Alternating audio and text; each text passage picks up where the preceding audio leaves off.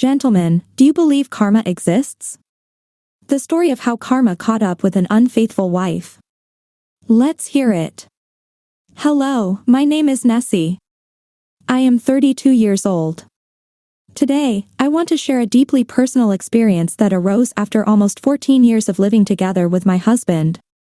This story reflects my own experience and the consequences I faced after I betrayed my husband's trust by committing treason. He made the painful decision to break up with me. I found myself in a vulnerable position when I had to face the harsh reality of my actions. At that moment, I was trying to understand what made me make such a disastrous choice.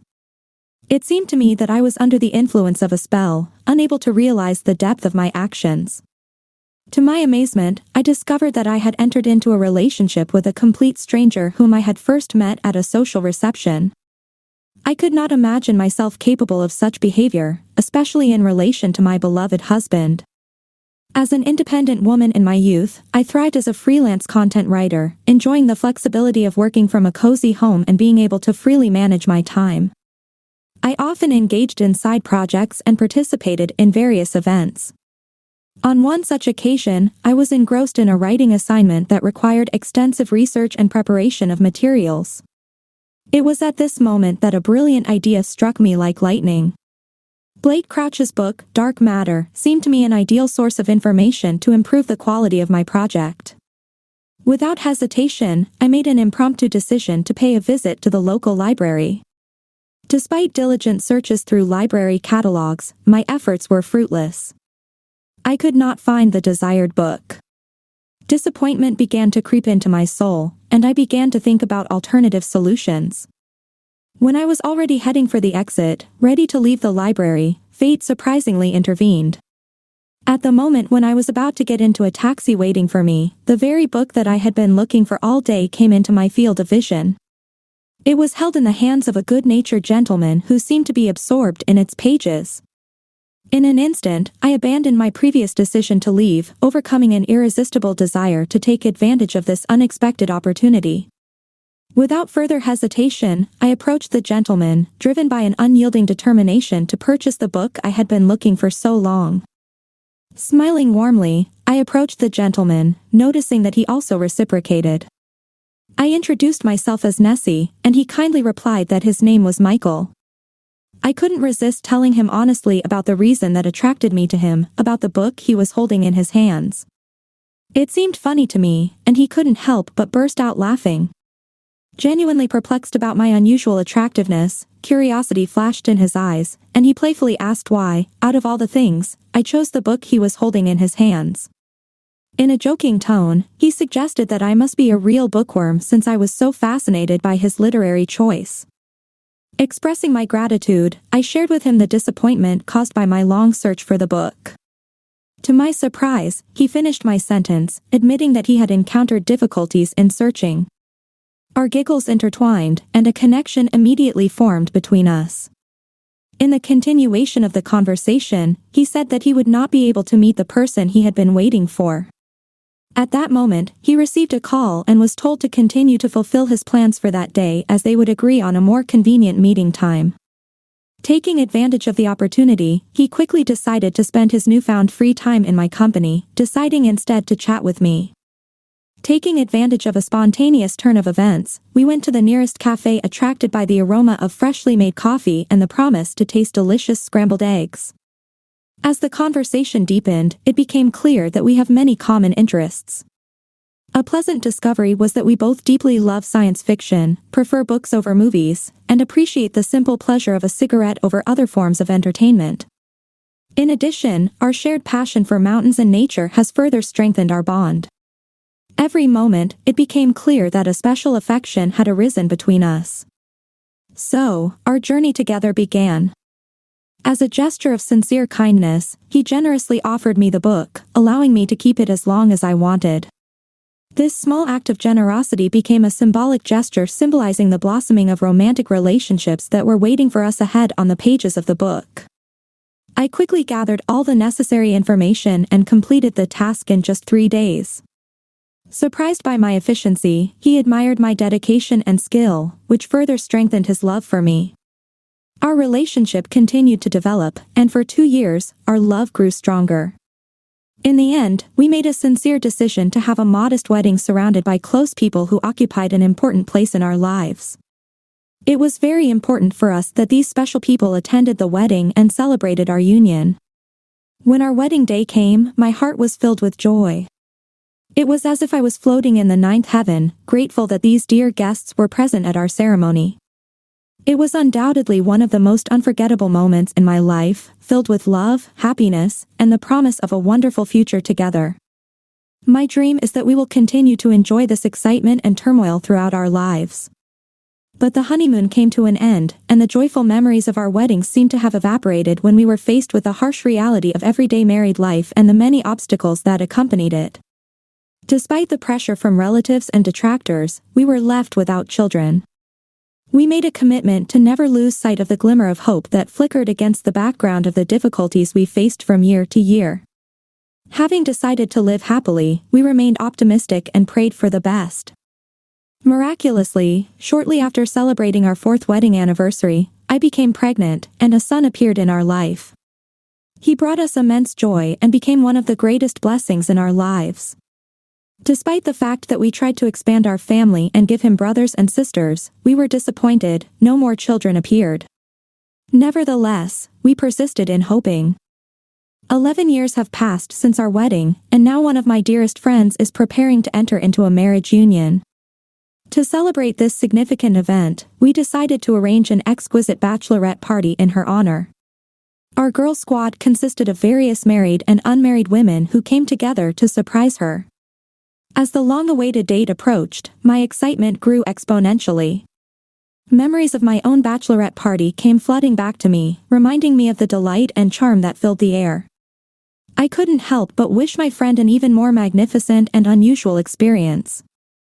It was the day of the party, and I couldn't contain my excitement while doing my daily chores. Throughout the day, I didn't stop talking about the upcoming event. In the late afternoon, when it was time to go to the party, I found a minute to apply makeup while continuing to have a one-sided conversation about how excited I was about this event. It felt like I was talking to myself all the time. I couldn't help but notice Michael's complete lack of interest in the upcoming event. He seemed completely engrossed in his architectural drawings and didn't say a word. As I continued to talk about my excitement about the party, feeling disappointed, I walked over to his drawing table and tapped it lightly to get his attention.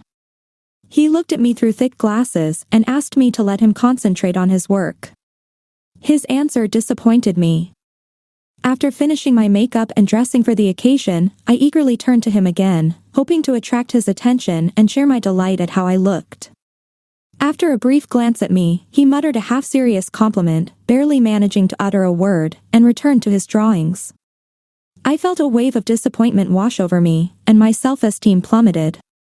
I couldn't help but wonder why he wasn't interested in me or anything I could say. Resentment and disappointment began to consume me, but I quickly reminded myself that this evening was dedicated to the upcoming wedding of my best friend. I tried to put aside negative emotions and focus on the joy and fun that awaited us at the bachelorette party. I hurried upstairs to check on Mason, our son, informing him that I might be back late and advising him to eat and go to bed early. After kissing him gently on the forehead, I went downstairs to say goodbye to Michael and go to the party. Despite the fact that at first, I wanted to tell you about the venue of the holiday, which took place in a strip club, my friends dissuaded me from it. They believed that this would only cause unnecessary anxiety and potential tension, which I might not be able to cope with later. They stressed that the crucial point is that the bride and groom are aware and happy with the plan. Taking their advice to heart, I decided not to expand on the details.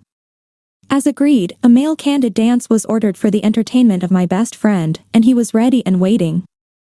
The party started, and we plunged into an unforgettable experience. The music was loud, encouraging us to dance with each other, and a partially undressed dancer performed an individual number for the future bride. He danced with such passion and skill that some girls froze, fascinated by his performance. I couldn't look away either, feeling a blush appear on my cheeks.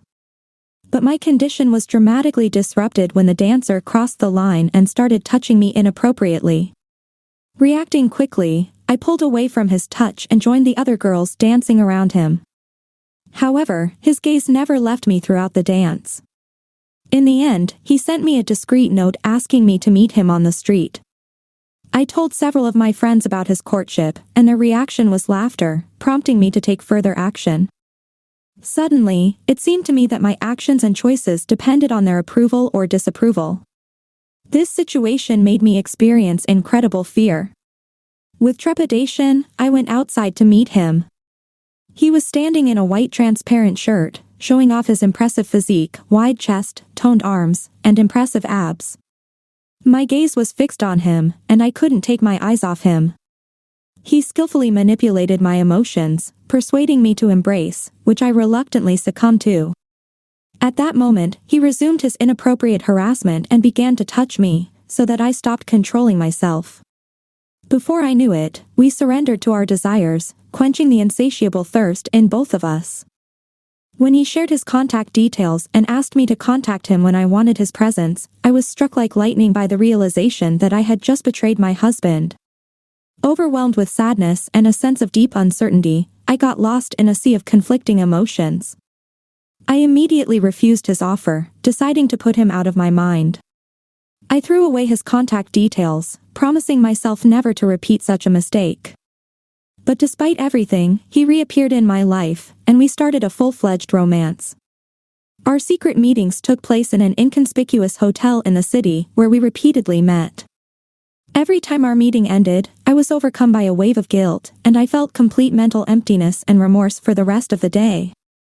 But strangely enough, despite the depth of my despair, no matter how hard I tried, I couldn't resist his persistent courtship and succumb to the temptation to enter into intimacy with him. In his presence, I experienced a heady mixture of approval and excitement, which was hard to resist. It was an unthinkable scenario. I'm cheating on my husband with a dancer I met at a bachelorette party. The situation was obscene and unthinkable. Despite all my attempts to end this forbidden relationship, the more I struggled, the deeper I got into it. The only consolation was the hope that my husband, Michael, would never find out the truth. But the possibility of hiding the truth haunted me, as the intrigue continued, doubts gnawing at me incessantly. Inevitably, the day came when we planned to visit one of the elite restaurants of the city.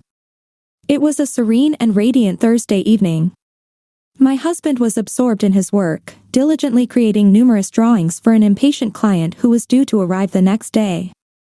At that time, our son was happy on the playground, passionate about playing football. Taking advantage of a convenient moment, I slipped away unnoticed on a date with my illegal lover. When we sat opposite each other and enjoyed dinner, it seemed that time had stopped, allowing us to forget about the consequences of our actions for a while. Over time, our relationship became stronger and stronger, developing into a deep romance in which we were comfortable sharing intimate details, including problems in my marriage. I told him about the first days of our union when I gave my husband boundless love and care. I devoted myself to his happiness, often putting his needs above my own. But over time, I began to feel deprived of attention and abandoned by him. Despite all my efforts, it seemed that my contribution to the well-being of our family was not appreciated and not recognized. While I poured out my soul, my lover carefully absorbed every word. He squeezed my hands tightly and looked into my eyes, assuring me that he understood all the pain I was experiencing. At this vulnerable moment, he bent down and kissed me on the lips, causing a surge of desire in me. But the stares of others reminded me of the consequences and forced me to restrain myself. Closing my eyes, I enjoyed this short-term connection and suddenly felt him pull away, breaking out of my grip. My heart sank when I saw Michael, my husband, grab him tightly by the collar. Shock swept through my veins. I was paralyzed and didn't know what to do next. How did Michael find out about our visit to the restaurant? His furious gaze, full of anger and resentment, pierced through me. He turned to me, there was disappointment in his voice, and he asked if this was the friend who, as I claimed, was going through a difficult breakup and needed my emotional support. It was the same lie that I repeatedly justified my secret meetings with my lover. When I met his angry gaze, my heart sank with remorse and regret. Realizing the urgency of the situation, I knew I had to act quickly before his anger consumed me completely. The thought of cheating flashed through my head, but to my amazement, Michael abruptly released my lover and swiftly approached me. His grip on my shoulders tightened, his face contorted with rage, and he looked like a formidable monster ready to devour me whole. In a thunderous voice, he demanded an immediate explanation of the reasons for my connection with my lover, threatening consequences that seemed too real. Fear gripped me when I realized the seriousness of his words. I had no choice but to let my tears run wild. Guilt weighed heavily on me, and I couldn't hide anything from him. I plucked up the courage and confessed everything, but his reaction was full of anger, and he hit me hard in the face. Seeing this, my lover intervened, trying to prevent further conflict. As a result, a violent altercation ensued between them. The atmosphere in the restaurant instantly changed, a real hurricane raged around us. In a fit of anger, Michael grabbed a champagne bottle and hit my lover on the head with all his might. The sound of breaking glass echoed through the hall, causing everyone to freeze in fear. Some visitors tried to find shelter, while others hurriedly ran away from the scene, trying to ensure their safety. Eyewitnesses tried to intervene, pleading with voices to stop, but no one dared to approach the fight for fear of becoming its victim. With a strong push, Michael knocked my already traumatized lover to the ground and, leaving him there, coldly left. He made it clear that he did not intend to discuss or admit what had happened. I tried desperately to explain myself, but my attempts were ignored. I couldn't help but wonder what he was cooking for me. Deep down, I knew that he would avenge my betrayal, but what exactly remained a mystery. I waited anxiously for the inevitable, holding my breath in anticipation of the impending storm. Exactly a month later, Michael handed me the divorce papers, clearly reminding me of the consequences of my actions. He demanded that I leave the house immediately. Despite my hesitation, he forcibly pushed me out of the house, throwing my things over the threshold. Having no other choice, I packed my things and reluctantly went to my uncle, a man known for his excessive cruelty.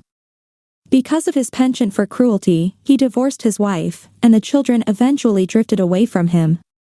Unfortunately, I ended up under his care. When I arrived at his house, I was greeted by a sight that did not leave me indifferent. He looked completely intoxicated, his gaze was riveted on me as if I was a stranger in his eyes. Concerned about my presence, he asked why I had come to him. As a matter of urgency, he demanded that I quickly enter the house and close the doors behind me. Knowing about his changeable nature and inclinations, I did everything possible to avoid clashes with him, but my efforts were in vain. He purposefully looked for flaws where there were none, as a result of which, within a week of my arrival, he hit me twice. One day, he came home intoxicated and found me sitting innocently in the living room. When he entered the house, thoughts flashed through my head about how to regain my balance and return to my work as a freelancer. I smiled hopefully and greeted him, but his lack of response caught my attention. Assuming he didn't hear me, I repeated my greeting, but he warned me not to insult him. Perplexed, I tried to explain that it was just a friendly greeting, but then he flew into a rage. Instinctively, I rushed to the door, desperately trying to find shelter in the nearest neighborhood. But my escape failed as I realized that he had locked the door with a key, pinning me inside with his continuous swearing. Under continuous shouts, he repeatedly accused me of having a bad reputation. He perceived me as another woman who had entered his life and made it unbearable, adding to the frustrations he had experienced with his ex-wife and previous partners. In a panic, I ran into the room, hurriedly closed, and consoled myself with the fact that I had a phone with me. Trembling, I took it out of my pocket and dialed my ex-husband's number, desperately asking him for help. I laid out all the details of the terrible situation in which I found myself, begging him to come to the rescue. To my horror, his response was cold and dismissive. He callously said that it was not within his competence and abruptly interrupted the conversation. Experiencing a deep sense of hopelessness, I came to realize that I had reached my limit. There was no one around to offer me salvation, and I had to make a difficult decision. I decided to stay still and wait, hoping that eventually, he would go to bed or go outside for a drink. In this fleeting moment, I would take the chance to escape from his clutches forever, even if it means seeking shelter under bridges. For what seemed like an eternity, I did not move from my place, immersed in thoughts about which path my life had chosen. Almost 2 hours had passed when I noticed an eerie silence enveloping everything around, which was the signal that it was time to run. Believing that he was asleep or busy with something, I cautiously opened the door. My heart was pounding in my chest. Stepping carefully, I tiptoed into the living room, deciding to quickly pack my things. The weight of the items turned out to be too heavy to carry them all at once, so I selected the most necessary, leaving the rest. Quietly passing through the living room, I headed down the corridor to the exit door. When I approached, I noticed that he had fallen asleep, stretched out on the floor, waiting for me to leave. As soon as my footsteps reached his ears, grabbing my shoe tightly, he pulled me forcefully against the wall, completely ignoring my words. When he was dragging me, I lost my balance and fell to the floor. Overcome with anger, he callously stepped on me and repeated this action until I lost consciousness. Sprawled on the cold floor, the details of how I got there did not escape me, but somehow I found myself chained to a hospital bed for several months. The pain he caused me led to a serious spinal injury and dislocation of several rib bones, as a result of which I will no longer be able to stand on my feet. The suffering from his act put a lot of pressure on me. The doctors diligently tried to restore my physical health, but despite all their efforts, I will not be able to regain my former physical strength. 2 months after the ordeal, I was finally discharged from the hospital, but the ability to stand on my feet and walk never recovered. I couldn't stand on my feet for more than a few seconds, as it became unbearably painful. During my stay in the hospital, Michael arranged to visit our son through the mediation of his younger sister. I was overwhelmed with guilt and disappointment because of my absence from his life. The thought of how he would feel when he grew up, knowing that the reason for my separation from Michael was my own betrayal, weighed on my heart. At the same time, I couldn't help but think about how deplorable my current condition had become, and this prompted me to immerse myself in memories of how it all began. I understood that none of this would have happened if I had not reneged on my obligations to Michael. But at the same time, I realized that the blame could not lie solely on my shoulders. If he had treated me with the care and love that I deserved, satisfying my needs for attention and affection, I would not have been left out of our relationship. It was the lack of love and emotional fulfillment that made me vulnerable, seeking solace elsewhere. Overwhelmed with heartache, I succumbed to the impulse and sent Michael a message in which I expressed my disappointment. I asked him head-on if he found satisfaction in my hospitalization. I pointed out his constant absence, emphasizing that his unwillingness to visit me during my stay in the hospital only strengthened my confidence that he did not feel sincere concern for me. I told him about his negligent attitude towards the upbringing of our son. It was obvious that the lack of attention and affection on his part led to the fact that our child began to look for confirmation elsewhere. I told him the sad news that our son began to show kleptomaniac tendencies, resorting to stealing from his peers. Most recently, he was caught red-handed when he was taking cookies and biscuits from classmates. I called Michael to account, emphasizing that his actions or lack thereof played a significant role in this misconduct. But I couldn't help but admit my own remorse for having played a part in this unpleasant situation. After this incident, the person with whom I had an affair also ended up in the hospital. Unfortunately, after discharge, he permanently lost his hearing in his left ear. Although we continue to communicate, our connection has never gone beyond that. I deeply regret betraying Michael and having an affair with him.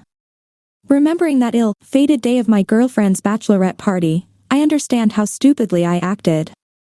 When the dancer realized that we all claimed his attention, he boldly decorated his chest with a portion of whipped cream, encouraging us to consume them while dancing. He caused a stir among the unmarried ladies, attracting them to him like bees to honey. Despite the temptation, I restrained myself, knowing full well that marital obligations forbid such actions. But my friends, among whom there were married ones, persuaded me to participate.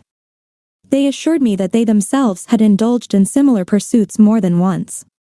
Despite a deep sense of anxiety, the persistent persuasions of friends and the mesmerizing presence of the dancer got the better of my common sense. Under their persistent persuasion, I reluctantly succumbed to their persuasions and took part in the action. And eventually, I cheated on my husband. I will never forgive myself for such a cruel act. And the fact that I will never be able to move around again without the help of a wheelchair is my own fault. Karma descended instantly, for which I will suffer for the rest of my life. Story 2. At the age of 16, Billy founded his band Green Day, following in the footsteps of many famous punk singers who also created their own bands in their teens. Unlike him, my own musical journey began at the age of 19 when I teamed up with my best friend and 4 other like-minded people. Driven by a shared love of music, we joined together and formed a band. It is worth noting that my upbringing was far from simple, and in the past, I was involved in minor criminal offenses. Music played an important role in helping me get rid of the problems of the past. For me, it wasn't about money or fame. On the contrary, my dream was to follow in the footsteps of the musicians I idolized. During my difficult upbringing, the passion for music lived deep within me, and I am proud to hone my skills on all the instruments that I come across. With unwavering determination, we made a firm plan and set off on a musical journey. We firmly believed that success was our destiny and enjoyed carefree days, communicating with charming girlfriends and liberating ourselves from backbreaking responsibilities. Making a name for ourselves on the music scene, especially performing concerts in bars, became a means of earning money for us. Maybe our life was not extravagant, but it gave us enough funds to satisfy our ambitions. We knew that countless talented musicians had paved their way to success by following exactly this path. With hope and determination, we were immersed in our favorite business. Suddenly, tragedy struck when my girlfriend got pregnant. This was a shocking discovery because she had assured me that she was using contraceptives. But later, I found out that she deliberately stopped taking them to lure me into the trap of fatherhood. No matter how much I cherished my musical aspirations, I could not ignore the harsh reality. My current income was insufficient to support a child and my girlfriend. If our child appeared before the band reached its long-awaited breakthrough, then I knew that I would have to make a difficult decision to curtail my musical quest and focus on providing for my growing family. Shortly after my girlfriend deliberately trapped me with her pregnancy, I ran into another problem. My best friend came to the rehearsal late, overwhelmed with joy, and excitedly said that his girlfriend was also expecting a baby. Despite my best friend not being the smartest person, his infectious cheerfulness and benevolence were among his most pleasant qualities. But sometimes, his frivolity prevented him from fully realizing the consequences and responsibilities associated with the appearance of a child. At this crucial stage of our musical career, it was increasingly difficult for me to explain to my best friend the seriousness of the situation. Despite all my attempts to convey the consequences of our friends' pregnancies, I could not shake off a strong resentment against my friend for his girlfriend's cunning plan. I felt trapped, unable to end this relationship because of the possible legal consequences associated with the payment of alimony. 9 months later, my girlfriend gave birth to our son, which coincided with the birth of my best friend's child by his girlfriend. Around the same time, my best friend's girlfriend gave birth to a beautiful baby girl. Unlike me, my best friend radiated pure joy and excitement at becoming a father. He even immortalized this event by making a tattoo with the image of his daughter and the year of her birth. Although I cherished my newborn son with all my heart, I could not compare with him in terms of enthusiasm for fatherhood. Deep down, I really wanted my child to have a better life filled with comfort and opportunities that surpassed the difficulties I faced. But at that moment, I didn't know how to cope with the difficulties that both I and my family had to overcome. Thinking about the future, I realized that I was not able to offer my son the life I wanted for him. This realization only strengthened my confidence that my girlfriend had deliberately destroyed my dreams by luring me into a trap with her deceptive actions, reneging on our agreement, and stopping the use of contraceptives. I admit that my son is not to blame for the predicament I find myself in. Nevertheless, I had to make difficult choices, including reducing the time of music lessons in an effort to ensure financial stability. I made a difficult decision to give preference to a stable job rather than a musical career. Our group had not yet achieved the breakthrough we had hoped for, and I simply did not have the means to support the child and my girlfriend. The expenses associated with the newborn only exacerbated the tension that we were already experiencing. Unfortunately, as the activity of our group decreased and our income decreased, the dedication and commitment of the band members began to weaken. Gradually, we began to lose valuable band members, and finding a worthy replacement for them turned out to be a difficult task. It became obvious that it was unrealistic to expect changes from a person just for the sake of the group. Endless waiting for improvements can lead to an endless circle of disappointments. Moreover, investing precious time and resources in band members experiencing problems with synchronization, tuning, attendance, reading notes, or interpersonal conflicts significantly slowed down the process of creating music and had a detrimental effect on all participants, including the participants themselves. Experiencing problems, I used to believe that support, encouragement, and time could stimulate a participant's commitment to the group. But now, I realize that there are limitations in such circumstances. I have come to understand that trying to adjust the playing style, genre preferences, or abilities of a particular band member is a useless approach that ultimately leads to failure. It is not productive to force someone to become what he or I want if he is not ready to invest the necessary time and effort for the successful functioning of the group. The overwhelming stress of trying to balance everything led me to make the difficult decision to disband the band. As a result, I began to be tormented by painful thoughts about missed opportunities. And all because my girlfriend thought that I would leave her if I achieved fame. Subsequently, my best friend and I got a job at a car factory, leaving behind our musical aspirations and ambitions. It was a life devoid of music and passion. But when my friend saw how worried I was about fatherhood, she began to understand that my actions were dictated by a sense of duty and responsibility, not sincere passion. Realizing this, she sincerely apologized and began to treat me with caution. Realizing how important it is to be attentive, despite all the misunderstandings, I still love her and believe that she is a good person. I hoped she understood that I would have stayed by her side even if I had achieved fame, and therefore the decision to trap me with a child was unnecessary. When my dream of becoming a musician became unattainable, I had to reconsider my desires and adopt a blue-collar lifestyle in the suburbs. Surprisingly, now I find joy in arranging meetings and creating a warm and welcoming atmosphere for others in my backyard. I am happy to arrange gatherings where I can demonstrate my musical abilities. One of the memorable occasions was a barbecue organized by me, to which I invited friends and relatives. Among the guests, I asked my best friend to bring his family since our children are the same age. Although I didn't know my friend's girlfriend very well, I had heard rumors about her short temper. Unfortunately, during her visit to my house, she showed an irrepressible habit of criticizing my best friend and seemed to not pay attention to her own daughter. At the same time, throughout all these gatherings, it was my best friend who took care of the baby, constantly looking after her. Observing such dynamics, I couldn't help but admire how my friend tried hard to be a good father. Although it often seemed that he was being ordered personally, I would not tolerate such disrespect from my girlfriend. Realizing that he was being mistreated, I advised my friend not to let his girlfriend treat him like that, especially in front of other people. But he, as a kind-hearted person, tried to hush up the situation and pretend that everything was fine. The relationship between my friend and his girlfriend, in my opinion, was toxic. I often noticed that my friend came to work with noticeable scratches on his face and bruises, which bothered me a lot. I was sure that he should think about leaving his girlfriend as the situation could escalate into domestic abuse. It was an issue that could lead to imprisonment or even worse, endanger a person's life. About 18 months after I became a father, my friend suddenly disappeared from work. At first, I assumed he might be sick. At first, I did not attach importance to the absence of a friend.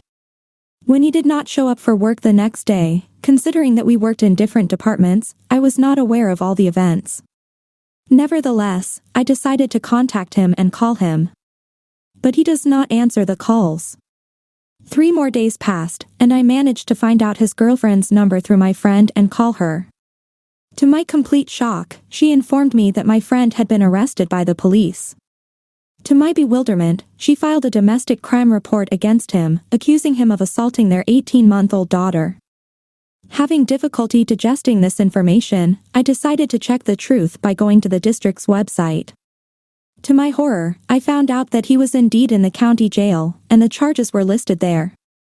Not wanting to believe in the veracity of the situation, deciding to support my friend, I went to prison to visit him. But when I arrived there, I found out that my friend had been taken to the hospital due to the nature of his crimes involving his own daughter. Another inmate attacked him in prison, leaving me in a state of shock and devastation. The reality of what happened was beyond my comprehension. Having decided to support my friend, I returned to prison the following week and was completely shocked by his appearance. He was unrecognizable, and there were scars on his body from the brutal beatings he had been subjected to after his arrest. The once cheerful and always smiling friend I knew had changed. At that moment, I forced a smile with difficulty, and immediately, a full explanation of the reason came. All his front teeth were missing. He began to tell about the terrible event that led him to such a state. It all started with a heated argument between him and his girlfriend caused by her constant struggle with addiction to illegal drugs and her financial problems. Although we both had a past related to this, we consciously decided to abandon this pernicious path when we left the band. During their quarrel, the tension escalated, and she resorted to physical influence on him. In a moment of uncontrollable anger, he reacted in such a way that he now regrets it very much. Unaware of this, she was determined for him to be punished and immediately called the police, falsely accusing him not only of assaulting her but also their 18-month-old daughter, whom I knew as Willie. The gravity of the situation became apparent when he was quickly arrested, and to my horror, bail was not posted, leaving him trapped in a system that seemed intent on ensuring his suffering. The gravity of the situation overwhelmed me. I felt deep sadness and boiling anger at the unfair relationship in which my friend was. Seeing that he was in such a state tore my heart, and I had a glimmer of hope that the truth would eventually prevail and give him the opportunity to find the necessary support and recover. The thought of him dying behind prison walls was unbearable. Driven by a deep sense of loyalty and care, I made the decision to use my savings. Deciding to act, I turned to an experienced and competent lawyer, realizing that his experience would be crucial for navigating the legal system and obtaining the judge's consent to bail. It was a risk, but I was ready to take it so that my friend would not remain languishing in prison but would get a chance for justice and a path to recovery. After my injured friend was released from prison, I kindly offered him to stay with me. Clearly being impressed by what he had experienced, most of all he worried about his baby. Recognizing that his girlfriend does not have enough abilities and knowledge to perform the duties of a caring mother, sympathizing with his experiences, we jointly decided to contact the Child Protection Service to ensure the child's well-being. During the inspection, it turned out that the child lives in disgusting conditions. As a result, it was decided to intervene and remove the child from the custody of my friend's girlfriend. Temporary custody was granted to her parents, but to my horror, they also sided with her, unfairly accusing that my friend was unworthy of their daughter. When we attended the court hearings on the fabricated assault case, it quickly became clear that the charges were absolutely false. Shockingly, it was discovered that the girlfriend had overstated her testimony, falsely claiming that she had witnessed his inappropriate actions with their own daughter. The situation associated with false accusations of inappropriate behavior of my friend is undoubtedly upsetting and outrageous. It serves as a vivid reminder that justice must prevail. To see what a huge imprint this event has made on my friend's life and his relationship with the child is both heartache and deep anxiety. Fortunately, a thorough medical examination showed that these actions were impossible, and the case collapsed under the weight of evidence. It was irrefutably proved that the charges were falsified. My friend went through the hardest ordeal of being wrongfully imprisoned for 45 days, during which he suffered from injuries inflicted by his cellmates who mistakenly believed that he had harmed his own daughter. As a result, he lost his job and was left without means of livelihood in a state of poverty. The judicial system thoughtlessly ignored any accusations against the mother, as a result of which my friend felt abandoned and betrayed. There was a feeling that they were expressing indifference, refusing to acknowledge the enormous suffering that he had endured. The consequences of a false accusation for my friend's life are difficult to describe, but the fact that his girlfriend was not brought to justice for her false statements cannot but worry. The obvious injustice made us think about the inequality in relation to the false accusations made by women against men. Such unequal treatment only strengthens the belief of some women that they can blame men with impunity. Such disappointments and unfairness aggravated the already difficult situation in which my friend found himself. Nevertheless, despite all the difficulties, he continued to struggle. Despite all the difficulties, my friend has retained an amazing positivity and hope for the possibility of reuniting with his daughter and restoring the destroyed family. He persevered in restoring stability, diligently sought work, and stubbornly sought the right to visit so as not to lose touch with his beloved child. But against the background of his decisive actions, the situation took an extremely unpleasant turn when the mother suddenly began to insist that his daughter did not biologically belong to him. This unexpected turn brought an already difficult situation to a new level of complexity, forcing my friend to remain in a state of uncertainty and emotional turmoil. Driven by the desire to find out the truth and end the deception of his girlfriend, my friend insisted on conducting a DNA test. The results of the paternity test shocked us all. It turned out that he was not the biological father of the girl whom he sincerely considered his daughter. Experiencing heartache, he lost custody of the child he loved and took care of all the time of their life together. Unfortunately, the mother did not suffer any legal consequences for her actions, as this was apparently a constant theme of their toxic relationship. After this tragic discovery, my friend's life became terrible. He became gloomy and anxious. Having failed to find a job and repeatedly failed tests for the use of prohibited substances, my friend found himself on a disastrous path. The lack of financial stability pushed him to seek solace in dangerous substances, which led to a reapproach with a pernicious circle of people. Gradually, he disappeared into the shadow of the city, occasionally flashing in moments of homelessness. Having become only a shadow of his former self, he was painfully aware that he was in a state of deep mental disorder. I received the terrible news that my close friend tragically died from an excessive dose of banned substances, leaving his body useless to anyone. As a result, I had to gather a small group of family and friends to pray and sorrowfully say goodbye to him. The loss of a beloved friend was a deep and painful blow for everyone to whom he was dear. After a while, I unexpectedly met his ex-girlfriend at a Walmart store, and it was unpleasant for me to see how she deteriorated in everything. Huge bruises under her eyes indicated that she continued to use illegal drugs.